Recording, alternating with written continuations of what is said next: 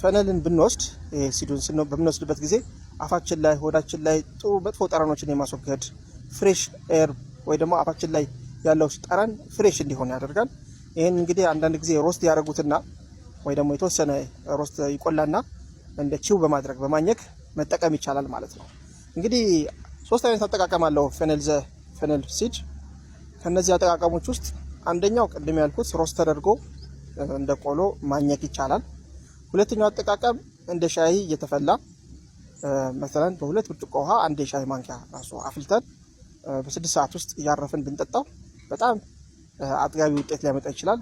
ብዙ ሽንትም ሊያሻናን ስለሚችል ከኩላሊት ጋርና ከሽንት ቧንቧ ጋር የተያያዘ ችግሮችን ይቀርፍልናል ማለት ነው።